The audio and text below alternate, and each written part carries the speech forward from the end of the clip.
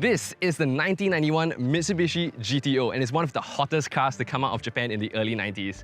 And today I'm going to show you why it's more than just the car Jackie Chan drove in the movie Thunderbolt.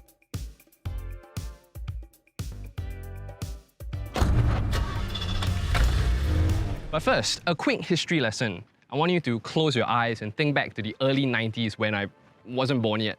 Japan was in a sports car Grand Tourist space race and was coming up with icons left and right, like the Toyota Supra, the Honda NSX, Mazda RX-7, and the Nissan GTR. So with that kind of competition, Mitsubishi had to pull out the big guns, and this is what they came up with.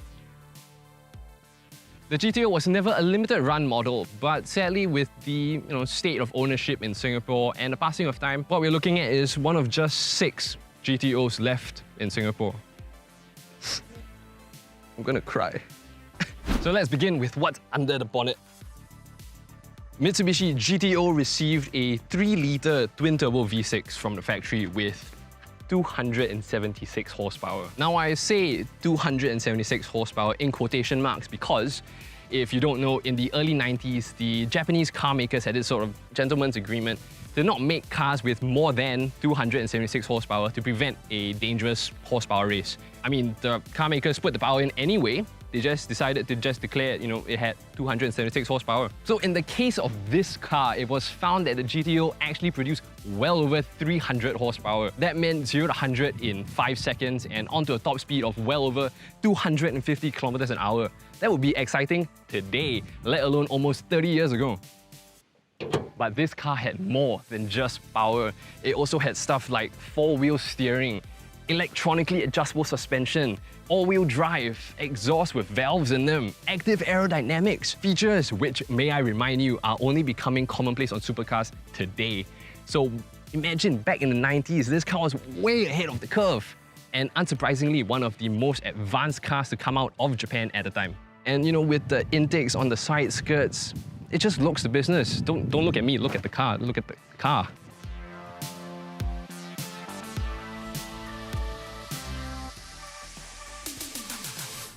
Alright, stepping into the interior of the Mitsubishi GTO, and the first thing you notice are these nice plush seats. These big, cushy, almost lounge chair-like seats, which are, by the way, fully electric on the driver's side. And of course, in the center, you have the lovely 6-speed manual transmission. Look at that. Original gear knob and everything. It's beautiful, work of art. Just above that, we can see the switch for the active aero system and the cruise control system. They're in the middle. And above that, we can see this old school, look at that. It's just retro cool, right? This old school backlit 8-bit digital screen is what probably would have been cutting edge at the time. And you can control and see your climate control systems from that screen. And just up from that screen, we see this beautifully implemented gauge display for all your various gauges. You have your clock, water temperature, oil temperature, and boost. That's the most important one. Over here, we have the toggle switch for the electronically controllable suspension. You can toggle it between Tour and Sport. And down here, we have the toggle for the exhaust valves. We got normal and silent for when you don't want to wake up your neighbors.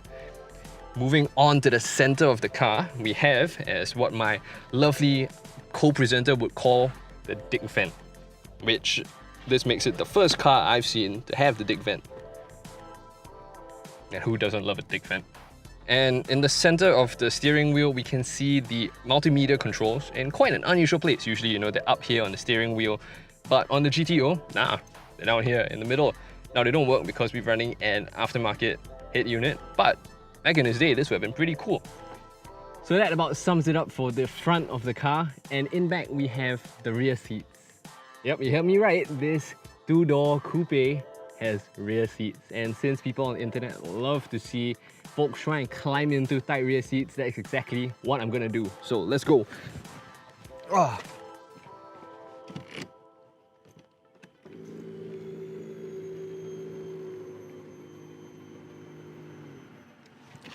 Alright, so into the rear seat of the GTO, and well, now I can sit in. Once I try and put the seat back, you can quickly start to see a lack of space.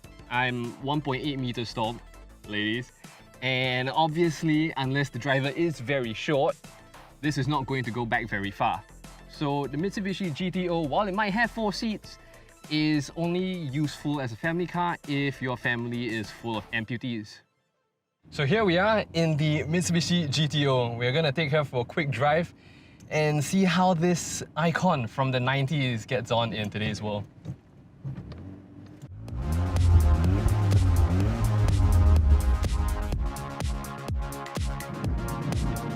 It's not slow. For a car that's 30 years old, this thing moves, right? It's not slow. So we're just taking the Mitsubishi GTO for a quick drive around and see how she drives. So far, it's pretty easy to drive.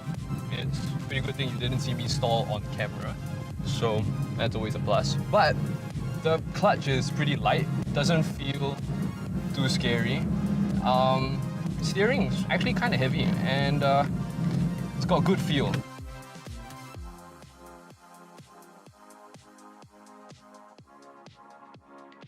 You can sense a bit of double lag, right? You know, it's an old 90s turbo car, so you can feel not very much, and then you feel the kick come in.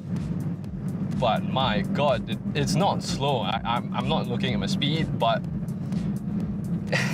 for a car that's 30 years old, man. I mean, the owner has kept this in such great condition, and it's got, what, just under 39,000 km since new.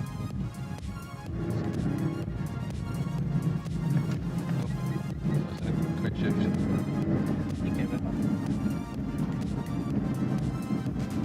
Right, so my time with this gorgeous blast from the past is coming to an end, and I don't know if I don't know if this is a car that, you know, I could perhaps live with, or it's a car that I would buy. But my God, am I glad I got the chance to drive this car.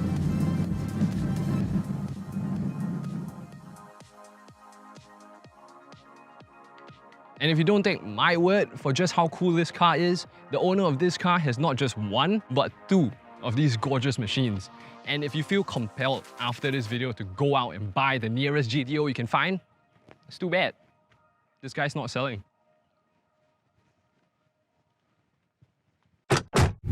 Motorist.